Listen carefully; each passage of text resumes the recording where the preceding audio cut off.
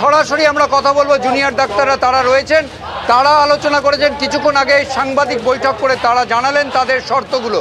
আপনারা কি শর্ত জানালেন? আমরা 5টা শর্ত দিয়েছি যে এই মিটিংটায় আমরা 30 জন প্রতিনিধি আমাদের চাই। মিটিংটা লাইভ কভারেজ হবে, ভিডিও কভারেজ হবে মিডিয়া বন্ধুদের উপস্থিতিতে, এবং সেই সঙ্গে এই মিটিংটা হবে আমাদের যে মাননীয় মুখ্যমন্ত্রী মমতা ব্যানার্জি তার উপস্থিতিতে মিটিংটা করতে হবে, এবং এখানে আমাদের 5 দফা দাবি নিয়ে আলোচনা করতে হবে। দিনে 2 বার ব্যবহার করো স্টপেজ ক্রিম আর নিজেকে রাখো evergreen কেয়াশেড aroma therapy stoppage cream, আর খুঁজে পাও নতুন আমিকে। নতুন করে আপনারা শর্ত দিচ্ছেন না, আপনারা কি বৈঠকে যেতে চান না বৈঠকে যেতে চান না? আপনারা ইমেল এখন যদি আসে রাজ্য সরকার থেকে যে এগুলো মানছে না, তাহলে কি হবে? না, আমরা তো গতকাল যে ভোরবেলায় যে আমরা ইমেলটা পাঠিয়েছিলাম সেখানেই আমরা এই শর্তগুলো বলেছিলাম। ফলে আমার মনে হয় আমরা তো সদর্থক ভূমিকাই চাই, ফলে আমার মনে হয় তারা এটা মানবেন। হ্যাঁ, এটা আমরা আশা করছি। আপনারা সে শর্তগুলো সকালবেলার ইমেলে দিয়েছিলেন, তা সত্ত্বেও 10-12 জনের বিষয় বলা হয়েছে, আপনারা বলছেন 30 জন মতো দরকার, অর্থাৎ একটা অনমনীয় স্থান হচ্ছে অবস্থানে। না, এটা অনমনীয় স্থান বলে আমরা মনে করি না। পশ্চিমবঙ্গের 25টার উপরে মেডিকেল কলেজ 1-2 জন করেও যদি সেখান থেকে নেওয়া হয় তাহলে আপনি দেখবেন সংখ্যাটা 25-এর উপরে চলে যাচ্ছে।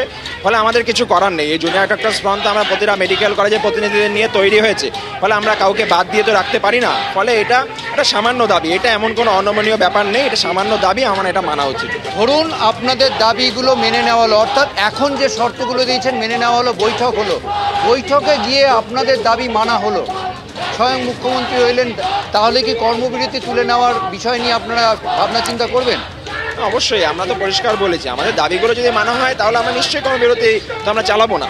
তাহলে এটা নিয়ে নিশ্চয়ই এটা আমার ব্যক্তিগত মতামত আমি বলতে পারি না, আমাদের সম্মিলিত মতামত নিয়ে আমরা সেই সিদ্ধান্ত জানাবো। হ্যাঁ, কিন্তু আমাদের দাবি যদি মানা হয়, আমরা তো যে কোনো সময় বলেছি 5 দফা দাবি মেনে নিলে আমরা আন্দোলন চলবে, যেহেতু জাস্টিস আমরা পাইনি, কিন্তু কর্মবিরতির বিষয়ে অবশ্যই আমরা ভেবে দেখব। আরও একজন রয়েছে, আপনারা কি জটিলতা বাড়াচ্ছেন বলে মনে হচ্ছে না? বারবার চিঠি ইমেল হচ্ছে এবং আপনারা শর্তের পর নতুন শর্ত দিচ্ছেন।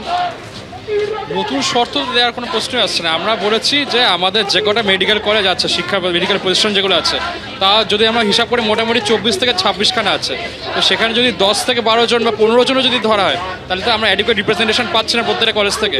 প্রত্যেক কলেজে নিজস্ব কিছু সমস্যা আছে, নিজস্ব সেই সমাধানগুলো আলাদাভাবে দেখতে হবে।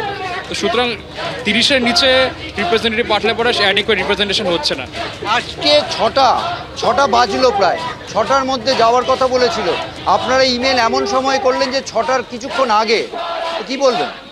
প্রথমত যে ইমেলটা আমরা পেয়েছি সাথে তখন 2 ঘন্টার সময় ছিল, তারপর নিজেদের মধ্যে সব কলেজে আলোচনা করে একটা নির্দিষ্ট সিদ্ধান্তে আসা গেছে, সেটা আমরা জানালাম। তারপর দেখা যাক, আশা করবো ওনারা আমাদের সাথে কোঅপারেট করবেন, ভেবে দেখবেন ব্যাপার। আলোচনায় আপনারা জটিলতা তৈরি করছেন না রাজ্য সরকার, আপনাদের কি মত? দেখুন, জটিলতা তৈরি করার জন্য তো আমরা এখানে আসিনি, আমরা সমাধান চাইতে এসেছি, বিচার চাইতে এসেছি।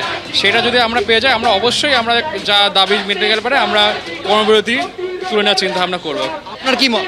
আমরা জটিলতা কিছু বাড়াইনি। ভোরবেলাতেই আমাদের লেখা ছিল যে ভিডিও কনফারেন্স করতে হবে, 30 জন প্রতিনিধি মিনিমাম থাকতে হবে।